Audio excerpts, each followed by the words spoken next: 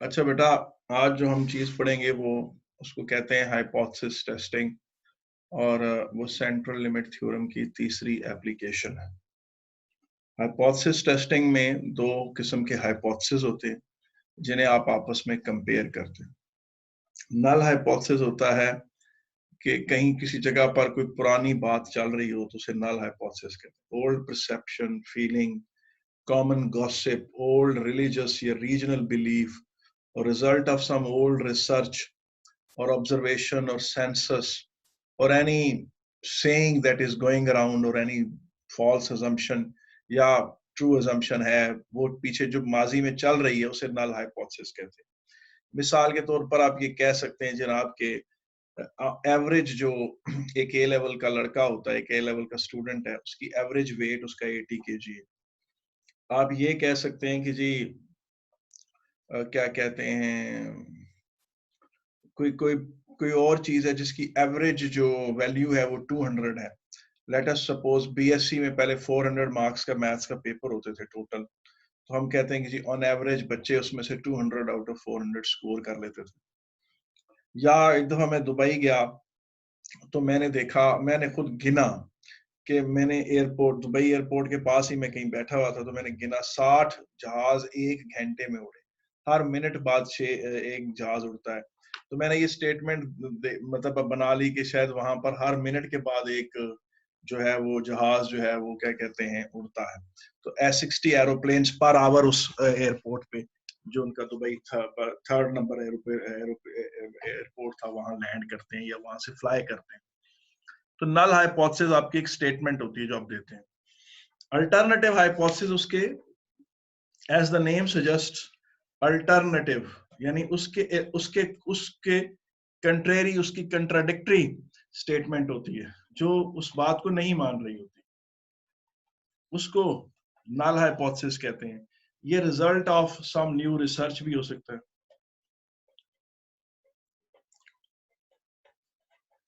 इसको alternative hypothesis कहते हैं। इसको H1 से रिप्रेजेंट करते हैं। तो आए अब देखते हैं कि किस तरीके से इसकी चीज की एप्लीकेशन होती है। मिसाल के तौर पर आप कहते हैं जनाब के एक टेस्ट है जो हर साल बच्चे देते थे, और हर साल जब बच्चे टेस्ट देते थे तो उनका जो एवरेज परफॉर्मेंस आती थी उस टेस्ट में, उसकी एवरेज परफॉर्मेंस पिछले सालों में हमेशा 70 रही, लेट अस सपोज, और उनकी जो स्टैंडर्ड एविएशन थी वो 6 थी। इस साल वही बच्चे जब टेस्ट देने आए तो तकरीबन 25 बच्चे वो टेस्ट देने आए। जब 25 बच्चे वो टेस्ट देने आए तो उनकी जो एवरेज स्कोर बना वो बना 67.3। तो जो वहां पर एग्जामिनर थे वो सोचने लग पड़े कि ये 67.3 टेस्ट में बच्चों के नंबर आए हैं, कहीं ये बहुत वो तो नहीं है कि काफी कमी तो नहीं वाकया होगी। तो उनके माइंड में तो एक राय गुजरी कि नल हाइपोथेसिस ये था कि जी 70 तो नॉर्मली स्कोर होता है, अल्टरनेटिव है कि शायद 70 से अब कम हो गया। तो उन्होंने कहा कि हम ऐसा करते हैं कि 70 के गिर्द एक नॉर्मल डिस्ट्रीब्यूशन का कर्व बना देते हैं, ठीक है कि नहीं। और हम जो ये टेल है, ये वाली जो टेल है, ये वाली टेल, इसमें 0.05 वाला रीजन ले लेते हैं, 5% प्रोबेबिलिटी वाला रीजन ले लेते हैं, रेड रीजन इसे डिक्लेयर कर देते हैं। अगर तो 67.5 यहां कहीं लैंड करता है, रहता है 67.5, तो हम कहेंगे कि जी ये 70 से फार अवे है, तो हम उसको डाउट करेंगे कि जी वाकई ही एवरेज स्कोर बच्चों का कम हो गया है इसमें। और अगर वो वैल्यू उसकी 70 के करीब इस तरफ कहीं 67.3 लाए करता, तो हम कहेंगे कि ये तो 70 के काफी करीब है। तो अब नल हाइपोथेसिस ये है कि एवरेज स्कोर 70 था, अल्टरनेटिव हाइपोथेसिस है कि नहीं, एवरेज स्कोर 70 से कम हो गया है। और इस तरह की टेस्टिंग को कहते हैं सिंगल टेल टेस्ट। क्या कहते हैं? Single tail test. Single tail test का मतलब ये है कि एक ही इसमें एक साइड पे आप डिस्कशन कर रहे हैं। अब आपको ये बात पता है कि जब ये वाला एरिया 0.05 हो तो यहाँ पर जो z की वैल्यू होती है, इस जगह पर जो z की वैल्यू आएगी वो कहलाती है, वो आपको पता है -1.645 वैल्यू होगी। -1.645 वैल्यू होगी जब ये वाली वैल्यू z की 0.05। तो अब आपको पता है, आप ये जानते हैं कि x dash normally distributed around original mu and with average, जो उसकी वेरिएंस है वो आपने पढ़ी है, वो ये होती है। तो आप इस z को देखना चाहते हैं कि ये यहां लाए करता है या यहां लाए करता है। तो आपको पता है, आपने पढ़ा हुआ है कि z जो है वो x minus mu over standard aviation होती है। और हमारे केस में जब सेंट्रल लिमिट थ्योरम लग रहा होगा तो z बराबर किसके होगा, x dash minus mu over यहाँ स्टैंडर्ड एरर से डिवाइड करेंगे इसे। तो अब उन बच्चों की जो परफॉर्मेंस थी वो थी 67.3 और एवरेज स्कोर 70 है और स्टैंडर्ड एविएशन 6 वो हमें उसने दी हुई है और अंडर रूट उसने कहा 25 बच्चों ने टेस्ट दिया। तो ये जब वैल्यू हमने कैलकुलेट की तो ये वैल्यू जो कैलकुलेट करने पर आई, इस वैल्यू की वैल्यू जनाब हमने की कैलकुलेट, तो ये बन गई जनाब, आप कह लें इसकी वैल्यू कैलकुलेटर से अगर आप निकालें तो वो आती है जनाब, इसको कैलकुलेट कर लेते हैं कैलकुलेटर, चलें वट एवर इट इज। अब अगर ये वाली वैल्यू जो है -1 इस जगह पर आती है, -1.64 से ज्यादा बड़ी वैल्यू आती है, तो फिर अगर इधर कहीं आती है तो हम कहेंगे कि जनाब 67.3 जो है वो फार अवे फ्रॉम 70 है और हम जो है वो नल हाइपोथेसिस जो है वो क्या करेंगे, वो हम रिजेक्ट कर देंगे। चलें, मुझे कैलकुलेटर मिल गया इतनी देर में, तो मैं इसको कैलकुलेट कर लेता हूँ। 67.3 minus 70 divided by 6/5, तो ये जनाब मैंने कैलकुलेट किया, दिया है -2.25। -2.25 जो है ये वैल्यू यहां कहीं आएगी, माइनस से दूर, यानी इसको ऐसे करके अगर लिखें, ये देखिए ये कर्व बन गया, ये एवरेज 70 यहां आ गई और यहां पर हमने एक शेडेड रीजन बनाया 0.05 की प्रोबेबिलिटी से। कुछ भी ना मेंशन हो तो हमेशा 5% लेवल ऑफ सिग्निफिकेंस होता है और यहाँ पर हमने z की वैल्यू जो बाउंड्री रखी क्रिटिकल रीजन की वो -1.96 रखी। हमने कहा इस टेल में जो वैल्यू आएगी वो 70 से फार अवे होगी और इधर आएगी तो 70 के नजदीक होगी। हमारा जो टेस्ट स्टैटिस्टिक था वो था x dash minus mu over standard error. ये वैल्यू हमने निकाली 67 पॉइंट क्या आई थी ये वैल्यू 3 -70 ओवर स्टैंडर्ड एविएशन क्या आई थी जनाब, वो वाली वैल्यू आई थी 6/√25 और z is equal to -2 point, वो वाली वैल्यू आई जनाब -2.25। तो ये जो z की वैल्यू आई ये यहां लाए करती, इधर लाए करती है, तो ये फार अवे फ्रॉम 70 है। हम कहेंगे कि ये सिग्निफिकेंट रिजल्ट, ये क्या रिजल्ट है, ये सिग्निफिकेंट रिजल्ट है और एच नॉट जो है, सॉरी एच 1 एक्सेप्ट हो गया। अच्छा बेटा, अगर ये डिस्ट्रीब्यूशन अगर ट्रू भी हो, फर्ज करें ये 70 की डिस्ट्रीब्यूशन ऐसे बड़ी ट्रू है, लेट्स से कि H naught true, H naught mu is equal to 70। अगर एच नॉट ट्रू है, अगर एच नॉट ट्रू है तो ये डिस्ट्रीब्यूशन भी ट्रू है। अगर ये डिस्ट्रीब्यूशन ट्रू है तब भी 5% चांस है, 5% चांस है कि इस जगह पर आपका आंसर आ जाए और इस जगह पर आपका आंसर अगर आया तो 70 रिजेक्ट हो जाएगा। तो बेटा if H naught is true and still gets rejected,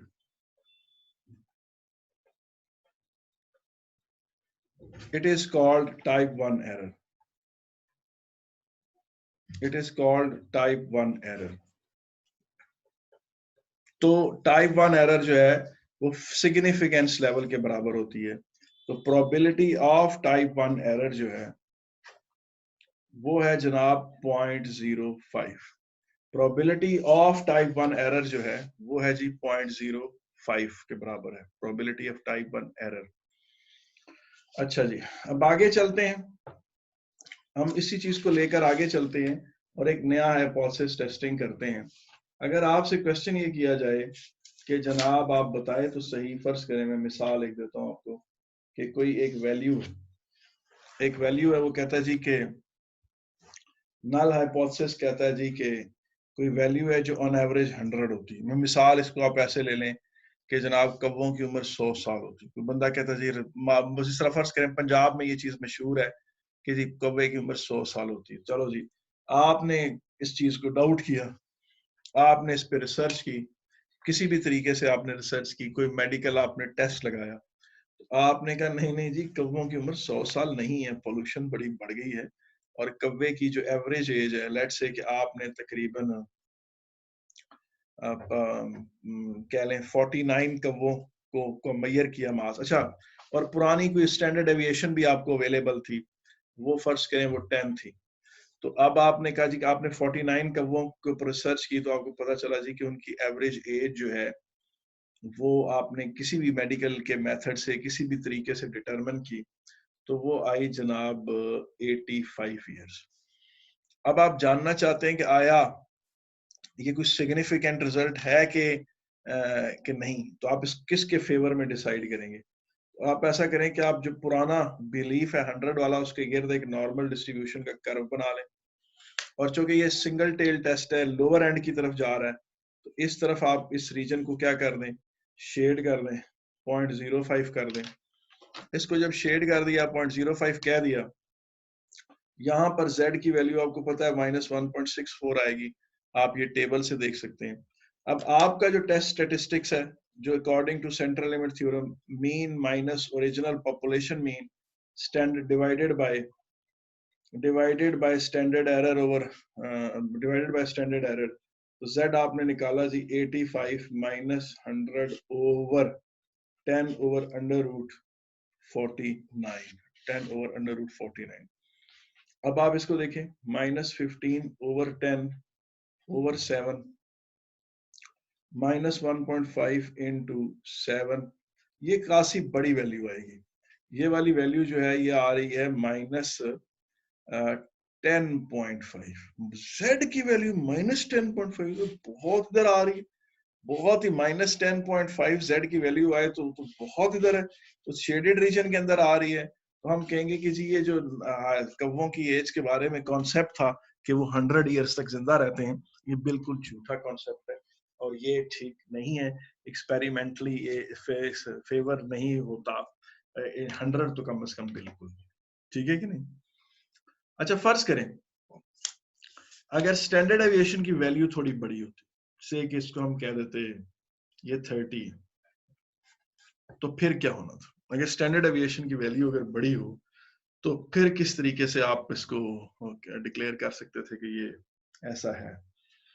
तो उसमें आपको फिर यही आपका जो टेस्ट स्टेटिस्टिक्स बनना था, वो यूं बन जाना था कि ये नॉर्मल कर्व बना दिया आपने एक यूं करके, एवरेज एज कव्वों की 100 ईयर्स, और यूं करके आप सिंगल टेल टेस्ट है, आप ये वाला रीजन शेड कर दें, ये 0.05 है, 0.05 के साथ यहाँ z की वैल्यू -1.96 है,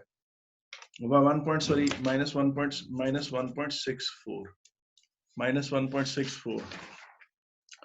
अच्छा, अब उसके बाद आ जाता है कि जनाब यहाँ पर z की वैल्यू निकालें x dash minus mu over standard deviation over under root n, तो ये जनाब आ जाएगा आपका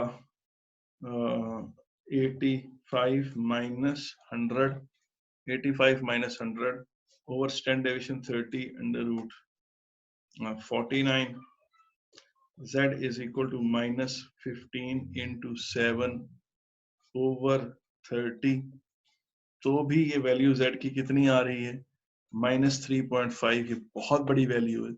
स्टिल जो है ये 100, ये जो है -3.5 यहाँ कहीं लाए करेगा, यहाँ लाए करेगा, तो ये किसकी छुट्टी कराएगा, ये नल हाइपोथेसिस को छुट्टी करा देगा, एज 1 जो है वो आपका एक्सेप्ट हो जाएगा। तो ये चीज ठीक है। हाँ, अलबत्ता अगर 100 सच भी हो, अगर फर्ज करें एज नॉट सच्चा है, बिल्कुल ठीक है, और कव्वों की एवरेज एज वाकई ही क्या कहते हैं 100 ईयर्स है, और ये डिस्ट्रीब्यूशन बिल्कुल ट्रू है, तब भी 5% चांस ये है कि आपके पास इधर की कोई वैल्यू आ जाए और इधर की वैल्यू आए और आप 100 से जान छुड़ा लें, तो प्रोबेबिलिटी ऑफ टाइप 1 एरर जो होती है वो किसके बराबर है? वो 0.05 के बराबर है कि आपसे ये एरर कमिट हो सकती है कि जो सिग्निफिकेंट टेस्टिंग है वो आपने उसके बराबर क्या कहते हैं आपकी आ गई।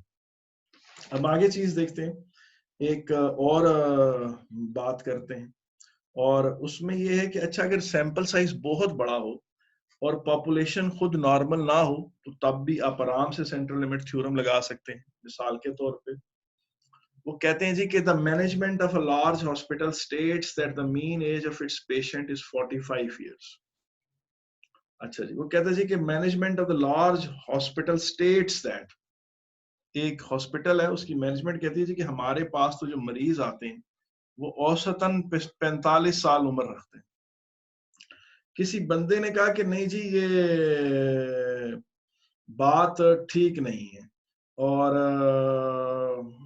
क्या कहते हैं आप गलत कह रहे हैं। तो उन्होंने इस तरह से किया कि उन्होंने 1800 लोगों से उनकी उम्रें पूछी और उनकी जो एवरेज एज आ रही थी वो 48.4 आ रही थी। और अब इसमें उसने कहा है कि जी के अब उन्होंने ये नहीं कहा कि नहीं जी इसमें उम्र कम होती, उन्होंने कहा जो कुछ आप कह रहे हैं ना ये उम्र नहीं होती, 45 कम से कम नहीं है, मुमकिन है ज्यादा हो मुमकिन है कम हो, बेशक एविडेंस 48.4 का आ रहा है, ये कहलाएगा टू टेल टेस्ट। इसमें इतराज करने वाले ने ये नहीं कहा कि आप उम्र ज्यादा होती है और आप कम बता रहे हैं, और ना ही उन्होंने कहा कि उम्र जो है कम होती है और आप ज्यादा बता रहे हैं। उन्होंने कहा ये स्टेट आप जो 45 की स्टेटमेंट दे रहे हैं ये गलत है, इसे कहते हैं टू टेल टेस्ट। अब इसमें 5% पे कहते हैं test at 5% level of significance.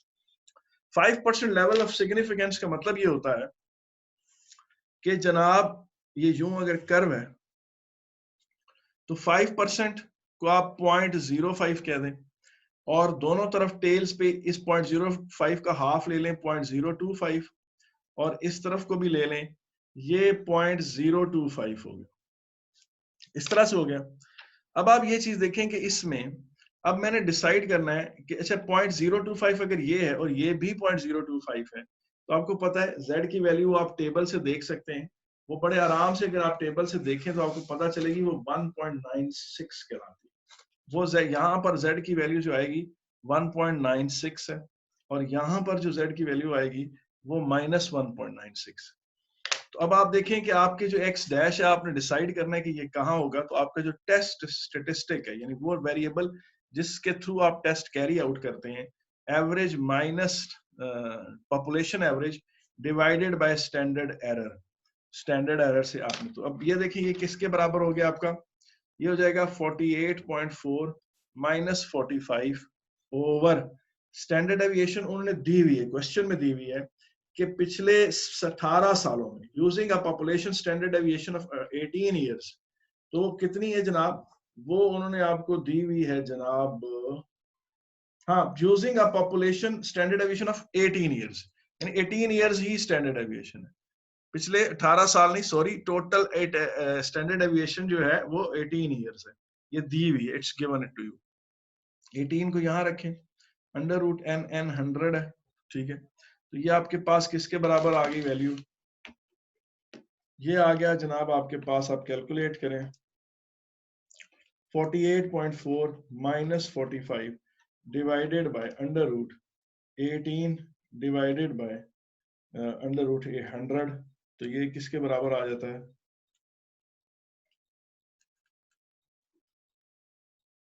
ये जनाब आपके पास आ गया 1.88। 1.88 जो z की वैल्यू है, ये वाली वैल्यू जो है इस वैल्यू से कम है, इसका मतलब है 1.88 की वैल्यू यहाँ लाई करती है, अगर यहाँ लाई करती है तो ये H0 के फेवर में डिसाइड होगा, हॉस्पिटल मैनेजमेंट जो कह रही है वो ठीक कह रही है। तो आप कहेंगे कि ये जो किसी बंदे ने इनको चैलेंज करने की कोशिश की है उसका जो रिजल्ट है आप लिखेंगे कि नॉट सिग्निफिकेंट, नॉट सिग्निफिकेंट यानी इतना सफिशिएंट एविडेंस नहीं था, not significant, and we will say that H1 is H0 is accepted, H1 reject हो गया। तो यूं आप हाइपोथेसिस टेस्टिंग करते हैं। अब इसी में आगे चलते हैं, एक और छोटा सा हम केस डिस्कस करते हैं, और वो क्या है जनाब, ये देखें। अब चूंकि बेटा मैंने इसमें चूंकि कैलकुलेशंस इस्तेमाल करनी है तो मैं एग्जांपल्स जो है वो बुक की ही कोट कर रहा हूँ। अब देखें, packaging on an electric light bulb states that average length of the life of bulb is 1000 hours. इसका मतलब ये है, नल हाइपोथेसिस ये है कि जनाब जो बल्ब है, अब ये देखें इसका मतलब नल हाइपोथेसिस किसी का एडवर्टाइजमेंट भी हो सकती है कि कंपनी अगर एडवर्टाइज करती है तो वो उसकी एडवर्टाइजमेंट भी नल हाइपोथेसिस में आ सकती है कि वो एवरेज एज उन्होंने बताया कि जी 1000 आवर्स की वो उनके बल्बों की एज, ठीक है कि नहीं है। A consumer association thinks that this is an overestimate and tests a random sample of 64 bulbs. उन्होंने 64 बल्ब्स को उठाया और चेक किया और उन्होंने जो रिजल्ट निकाला तो उन्होंने एवरेज उनका सिग्मा एक्स आया 63910.4 आवर्स और सिग्मा एक्स स्क्वायर आया 63.061 आया। इसमें डेसिमल नहीं है, आवर स्क्वायर, ठीक है कि नहीं। अब चूंकि वो एतराज कर रहे हैं कि कंपनी ज्यादा ओवरस्टेट कर रही है तो उसकी एवरेज वैल्यू जो है वो 1000 से कम हो, ये वो स्टेट कर रहे हैं। हम ऐसा करते हैं, एवरेज वैल्यू ले लेते हैं इसकी, वो सिग्मा एक्स ओवर एन के बराबर आ गई। सिग्मा एक्स आ गया जी 63910.4 ओवर 64 बल्ब्स, तो उनकी एवरेज एज आई 998.6 आवर्स। काफी अच्छी एवरेज है, ऑलमोस्ट 1000 के करीब है। अब उसने देखना है कि आया ये इतनी इनफ है कि हम कहें कि ये 1000 आवर्स जरा ज्यादा ही वो स्टेट कर रहे हैं एवरेज। तो अब आप ये चीज देखें कि उन्होंने सैंपल की वेरिएंस आपको पुरानी नहीं पता थी, आपने सैंपल वैल्यू से एस्टिमेट करनी है एवरेज, और उसके लिए आपने जो यूज करना है वो आपने बेसल्स करेक्शन यूज करनी है। आपने n-1 से डिवाइड करना है। अब जब आप n-1 से डिवाइड करते हैं और यहाँ पर वैल्यू पुट करते हैं तो आपका आंसर आता है 49.77। ना यकीन आए तो यहाँ वैल्यूज डाल के देख लें, 63.82061 माइनस 64 और x डैश की जो वैल्यू आएगी वो आपने यहाँ से निकाली हुई है 998.6 स्क्वायर ओवर 64 माइनस 1। तो ये आपके पास ये वैल्यू आ गई, फिर आपने इसका अंडर रूट लिया तो 7.055 आ गया। अच्छा जी, अब आप देखें तो आपका जो वैल्यू बनती है वो आप देखें कि 1000 के पास आप यहां पर शेयर कर दें 0.05, तो यहां पर जो z की वैल्यू है वो है -1.64। जब ये z की वैल्यू, ये एरिया 0.05 हो, तो आप अपना जो z एस्टिमेटेड z है वो किस तरह निकालेंगे, टेस्ट स्टेटिस्टिक्स जो है, z minus mean of your sample minus population mean या mean stated by the null hypothesis divided by the standard error, and in this way you जो आप यूज कर रहे हैं स्टैंडर्ड एविएशन वो आपने सैंपल वैल्यू से ही एस्टिमेट की है और सैंपल वैल्यू से ही एस्टिमेट करके आपने वैल्यूज निकाली हैं। आपने पुट किया 998.6 माइनस 1000 ओवर स्टैंडर्ड एविएशन, और आपने सैंपल से जो एस्टिमेट किए, तो चूंकि सैंपल साइज आपका बड़ा है 64 है तो इसलिए आप z टेस्ट ही लगाएंगे, ये वाला 64 आप यहाँ पुट कर लें तो आपका आंसर आ जाता है -1.587। ये वाली जो वैल्यू है ये यहाँ कहीं लाई करती है। अब यहाँ लाई करती है तो ये 1000 के फेवर में डिसाइड होगा, और वो हम कहेंगे कि ये 1000 से इतनी फार अवे नहीं है कि हम इसको कहें कि जी ये सिग्निफिकेंट है। इसलिए हम जो है ना इसको वो करेंगे,